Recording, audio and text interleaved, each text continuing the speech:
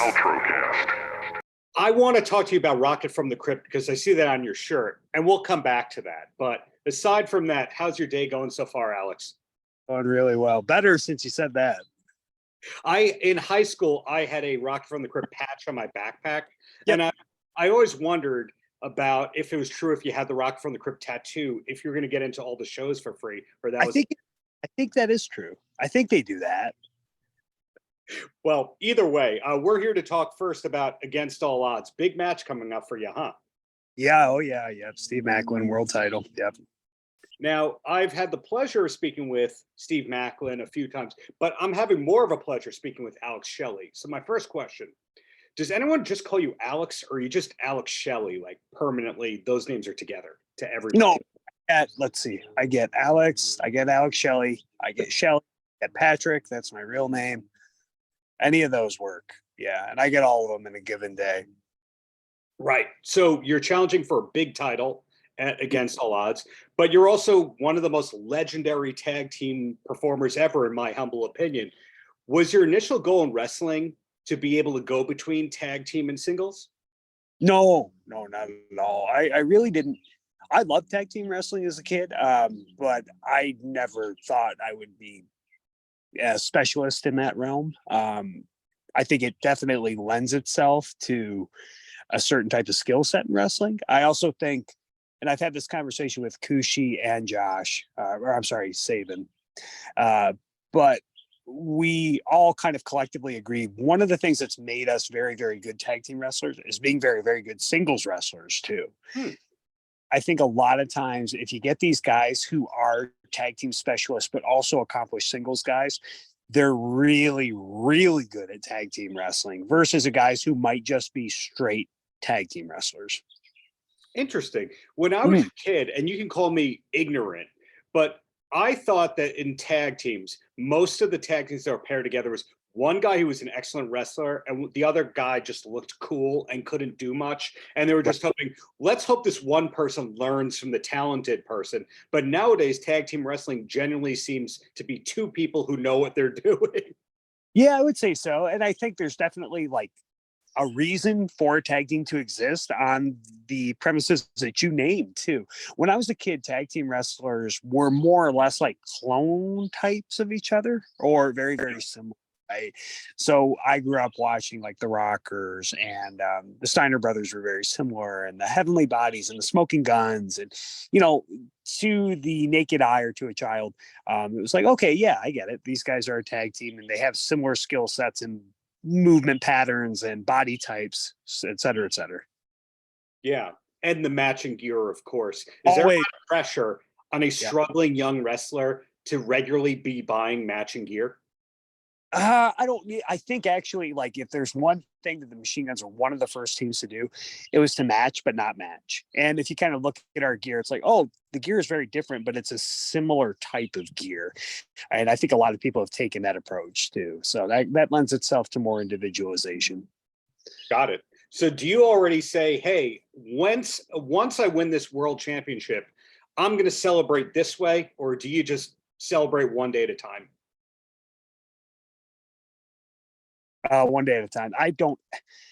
I hate to sound morbid, and this will come across as maybe a bit macabre, but like, I worked in physical therapy for years, specifically at a clinic with back and neck injuries. And there were so many people who would literally be stopped at a stoplight and they get rear-ended and their life is forever altered. So they say in wrestling not to believe anything until it happens. Man, in life, I don't believe anything until it happens. Well said. Well, your age, and keep in mind that you're around, despite how it looks, you're around the same age as me.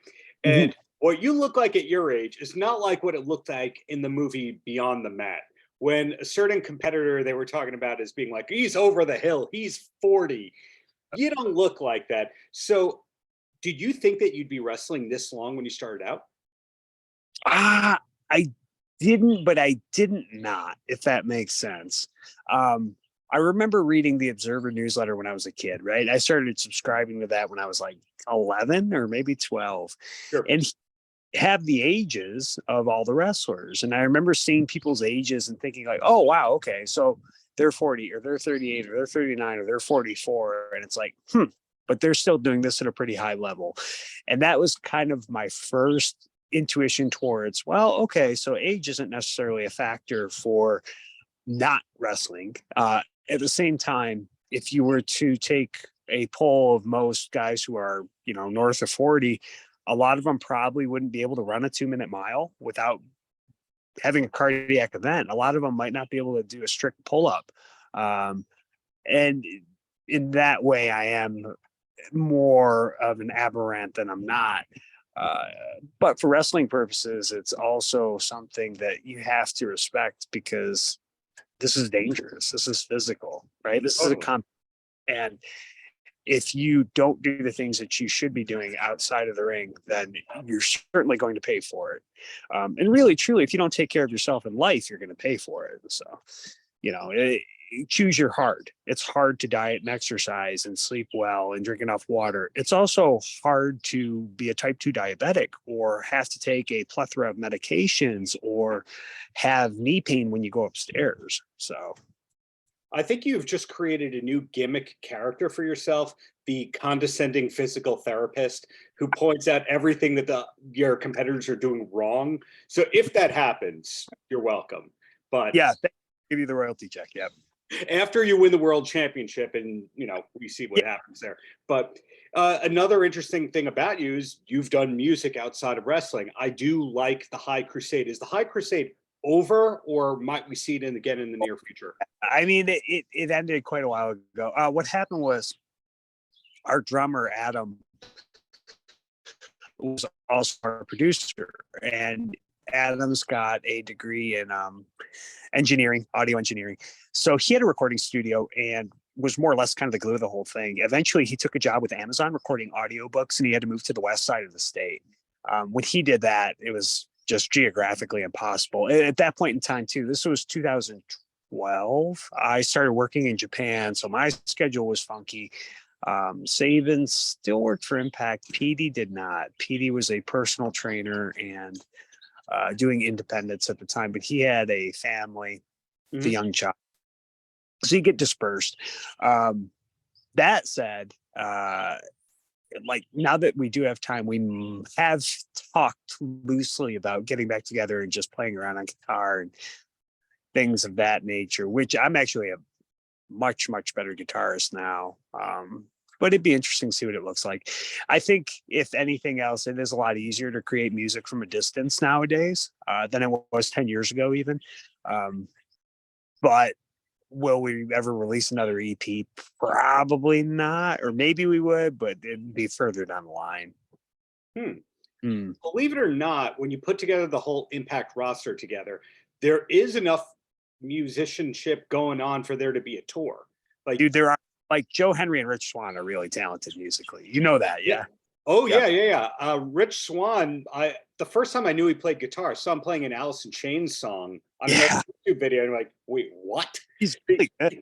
He's got a dancey guy is playing Alice in Chains. Okay, maybe we don't know anything about him. And he's awesome. So he's got natural pitch, right? Like, he's for sure the type of person, he might have dysphonia, where you can actually, like, interpret music on a different level, not just hear. They say that people with that condition can actually, like, see it or feel it or taste it. But yes, for me, it's like, tell me the chords, please, and I get there. Like, I have to see it. I have to be shown it. Whereas, like, I can't hear a song, and then, like, I might be able to figure out, like, oh, I don't know if this is like a C sharp minor or just a C open. It sounds different. Okay. But he can definitely, like, hear things, and then, like, you'll see him start to kind of spin the wheels a little bit and eventually figure it out. Joe Henry's really, really good too. Saban's good. Saban's a good bass player. Chris Bay, I believe, is a secret musician. He doesn't usually go out about that. Moose Really? Here. I don't know if he's just like a tracks guy that he fiddles around, or he plays bass. He wouldn't give me a straight answer, but I know that there is some Chris I'm gonna ask him. I think he doesn't want you to know he's got like 8 talents. He wants you to know he's got like 4 talents. He's one of those guys. Yeah, then he can hang out at the party and meet a super cool guy who, like, sits under the piano and plays something. Yeah, which, by the way, Bully Ray has done before. Bully Ray can play piano. When I interviewed Bully Ray, and I started asking him questions about Kiss and Motley Crue. He got Yeah. super pissed at me that I wasn't talking about the Impact pay-per-view. So that's why I'm going to keep saying against all odds, against all odds, against all odds. But back to you here. Rocket from the Crypt, when did you first get into that band? Oh, dude. Let's see. So Drive Like Jay, who I heard first, right? Mark Trombino, yeah. Yeah. But then high school, you know, like 15, 16, 17 years old. And then by the time like I really, really started listening to them all the time, I don't know if they were still like actively touring, but the Hot Snakes existed too. And I got massively into the Hot Snakes. For a while, I kind of liked them a little bit more. You know, like Rocket from the Crypt, I know you're a fan. So like once they started saxophones and things like that, I was like, this is cool, but it sounds different, right?